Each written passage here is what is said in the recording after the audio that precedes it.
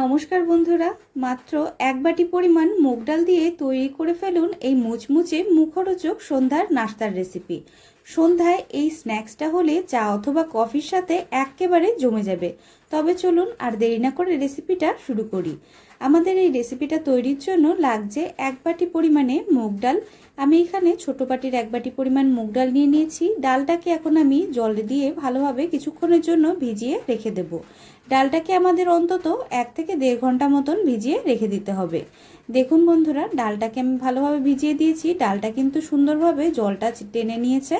এইরকম ভাবেই কিন্তু আপনাদের ডালটাকে বেশ কিছুক্ষণ জলের মধ্যে ভিজিয়ে রেখে দিতে হবে। ভিজিয়ে রাখা মুগ ডালের থেকে আমি জলটাকে ভালোভাবে ঝরিয়ে নিয়েছি। এখন একটা মিক্সিং বোলের মধ্যে আমি ডালটা দিয়ে দিচ্ছি। মিক্সিং বোলের মধ্যে ডালটাকে কিছুক্ষণের জন্য একটুখানি ছড়িয়ে রাখতে হবে। আপনারা চাইলে পাখার নিচেও রাখতে পারেন, তাহলে একটু গায়ের জলটা ভালোভাবে টেনে যাবে। আর ডালটা কতটা সুন্দরভাবে জলটা টেনে নিয়েছে সেটা আপনাদের দেখিয়ে দিলাম। দেখুন, এখন একটা মিক্সার জার নিয়ে তার ভেতরে আমি সম্পূর্ণ ডালটাকে দিয়ে দেব। সম্পূর্ণ ডালটা দিয়ে আমাদের একটা স্মুথ পেস্ট তৈরি করে নিতে হবে। আপনারা যদি আজকে আমার চ্যানেলে প্রথম ভিডিও দেখতে এসে থাকেন, চ্যানেলটিকে কিন্তু অবশ্যই সাবস্ক্রাইব করে পাশে থাকা বেল আইকন দাবিয়ে রাখবেন। তাহলে আমি যখনই ভিডিও ছাড়বো আপনারা তার নোটিফিকেশন একদম সাথে সাথে পেয়ে যাবেন। দেখুন বন্ধুরা, আমি ডালটাকে একদম মিহি করে বেটে নিয়েছি। এখন এই ডালের মিশ্রণটাকে মিক্সিং বোলের মধ্যে আমি দিয়ে দিচ্ছি। সম্পূর্ণ ডালের মিশ্রণটাকে মিক্সিং বোলের মধ্যে আমি দিয়ে দিয়েছি। আর ডালের মিশ্রণটা কতটা মিহি হয়েছে আপনারা দেখতেই পারছেন। এইরকম কিন্তু মিহি করেই আপনাদের বেটে নিতে হবে। আমি দিয়ে দিয়েছি স্বাদ অনুযায়ী লবণ, দিয়ে দিয়েছি পরিমাণ মতন হলুদ। এখন দিয়ে দিচ্ছি 1 বাটি পরিমাণ ময়দা। ময়দাটা দেওয়ার পরে হাতের সাহায্যে ভালোভাবে আমাদের মেখে নিতে হবে। একটা ডোয়ের মতন করে আমাদের ভালোভাবে মেখে নিতে হবে। বন্ধুরা, আমার এই রেসিপিটা আপনাদের যদি ভালো লাগে তাহলে অবশ্যই কিন্তু নতুন বন্ধুদের মধ্যে ভিডিওটাকে শেয়ার করে দেবেন। আর নতুন বন্ধুদেরও এই রেসিপিটা দেখার সুযোগ করে দেবেন। ভালোভাবে মেখে নেওয়ার সময় আপনাদের যদি মনে হয় একটু নরম হয়ে গেছে, আপনারা আর একটু ময়দা এর মধ্যে মিশিয়ে নিতে পারেন।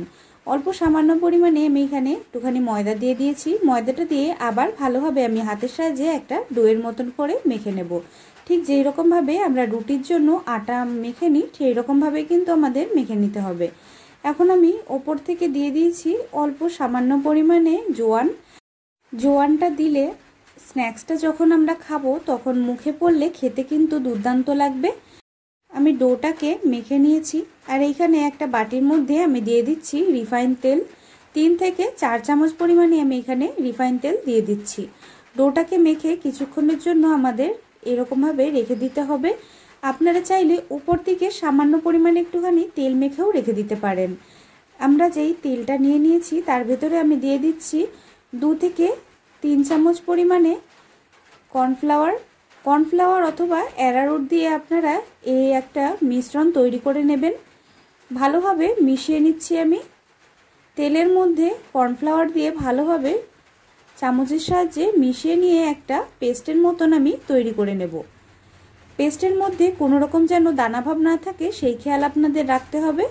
ঠিক এইরকমভাবে একবারে ভালোভাবে নাড়িয়ে চাড়িয়ে একটা মিশ্রণ তৈরি করে নিতে হবে। দেখুন বন্ধুরা, ঠিক এইরকমভাবে একটা স্মুথ মিশ্রণ আপনাদের তৈরি করে নিতে হবে। এখন আমরা যেই আটাটাকে অথবা ডোটাকে মেখে রেখেছিলাম সেই ডোটার থেকে আমি ছোট ছোট করে লেচি কেটে নেব। আমরা যেই রকমভাবে রুটি পরোটা তৈরি করি সেই রকমভাবেই কিন্তু আপনাদের লেচির মতন করে কেটে নিতে হবে।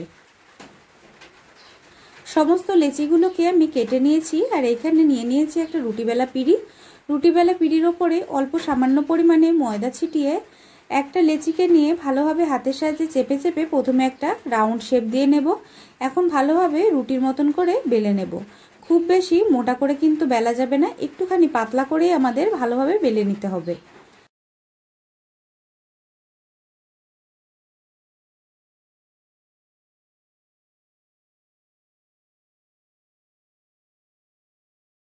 দেখুন বন্ধুরা, আমি একটা রুটির মতন করে ভালোভাবে পাতলা করে বেলে নিয়েছি।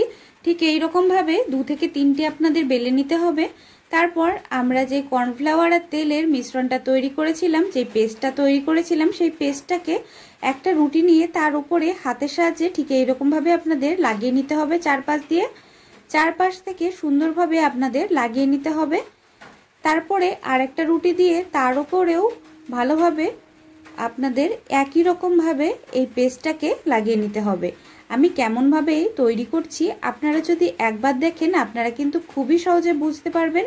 আর এইটি একবার অবশ্যই কিন্তু আপনারা বাড়িতে তৈরি করে দেখবেন, খেতে কিন্তু দুর্দান্ত হয়।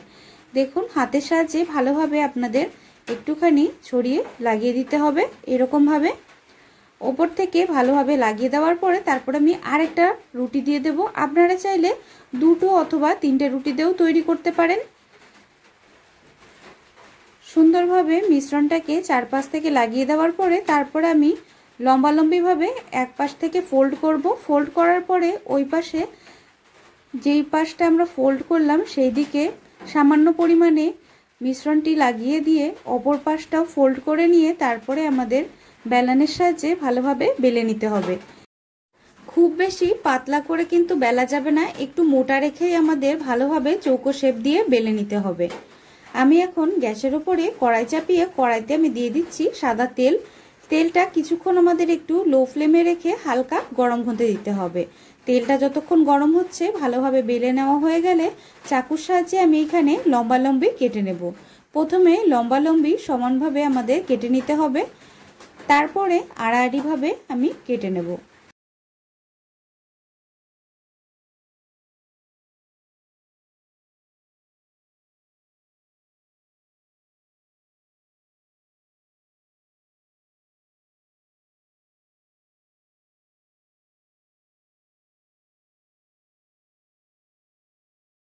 দেখুন বন্ধুরা আমি লম্বালম্বিভাবে কেটে নিয়েছি সবগুলো। এখন আড়াআড়িভাবে আমি একবারে কেটে নেব। আপনারা চাইলে একটু ছোট করে অথবা একটু বড় রেখেও কেটে নিতে পারেন, আপনাদের যেই রকম ভালো লাগবে আপনারা সেই রকমভাবে কেটে নেবেন। দেখুন কতটা সুন্দরভাবে তৈরি হয়ে গেছে। এখন কড়াইতে তেলটা গরম হয়ে গেলে তেলের মধ্যে আমি এক এক করে ছেড়ে দিচ্ছি। তেলটা কিন্তু আমাদের খুব বেশি গরম করা যাবে না, তেলটা হালকা গরম হওয়া অবস্থায় কিন্তু আমাদের এগুলোকে ছেড়ে দিতে হবে। আর একদম গ্যাসের ফ্লেমটা লোতে রেখে আমাদের ভালোভাবে প্রথমে ধিমি আঁচে ভেজে নিতে হবে। ধিমি আঁচে ভেজে নিলেই কিন্তু এই নাস্তাগুলি খেতে ভালো লাগবে আর খুবই মুচমুচে হবে। দেখুন বন্ধুরা কিছুক্ষণ আমি ভালোভাবে ভেজে নিয়েছি আর কতটা সুন্দরভাবে লেয়ারগুলো খুলে এসেছে। এই রকমভাবেই কিন্তু আপনারা তৈরি করবেন, তাহলে ঠিক এই রকমই লেয়ারগুলো খুলে যাবে। লেয়ারগুলো যখন খুলে যাবে তখন একটা চাকুর সাহায্যে অথবা একটা কাঠির সাহায্যে আপনারা উল্টে দেবেন। কোনো রকমভাবে কিন্তু হাতা দিয়ে উল্টাতে যাবেন না, তাহলে এগুলো ভেঙে যেতে পারে, যেহেতু খুবই মুচমুচে হবে এগুলো। আমি একটা চাকুর সাহায্যে উল্টে দিয়েছি। দেখুন ভাজার পরে কতটা ভালো লাগছে দেখতে। এই রকমভাবে আপনারা তৈরি করে দীর্ঘদিন সংরক্ষণ করে রেখেও খেতে পারেন। এয়ারটাইট কন্টেনারে আপনারা যদি তৈরি করে রেখে দেন কোনো রকমভাবে কিন্তু নষ্ট হবে না।